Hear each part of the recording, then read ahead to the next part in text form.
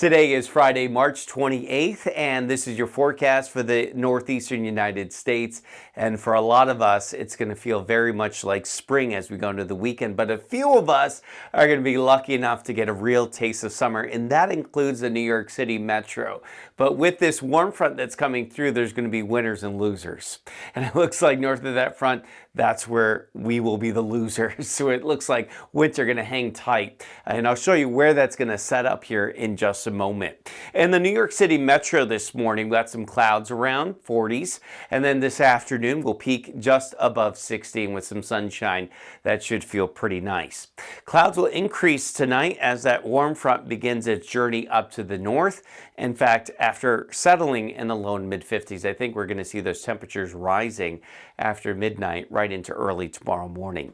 50s today in Albany. Then we got some clouds and showers for central and western New York. That's the warm front coming through. So temperatures are a little tricky because the high is probably going to happen late tonight and early tomorrow morning. Tonight temperatures not only hold steady but probably go up. So what you're seeing here are probably the evening temperatures, and then they'll keep going up toward those high temperatures that I just showed you as you head toward midnight. And then they just keep going up from there into Saturday afternoon.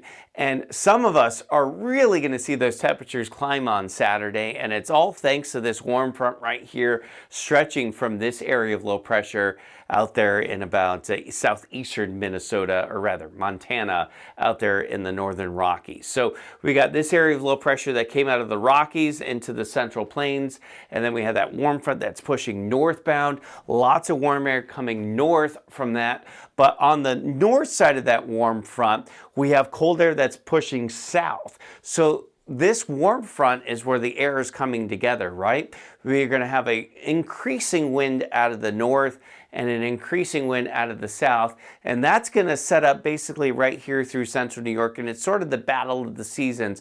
Winter to the north, summer down to the south.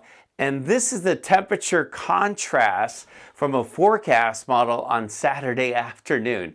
This is 30s and 40s north of the front. And look at the front right here along the Mohawk Valley and south of Lake Ontario. So south of this front, we're talking 70s and 80s.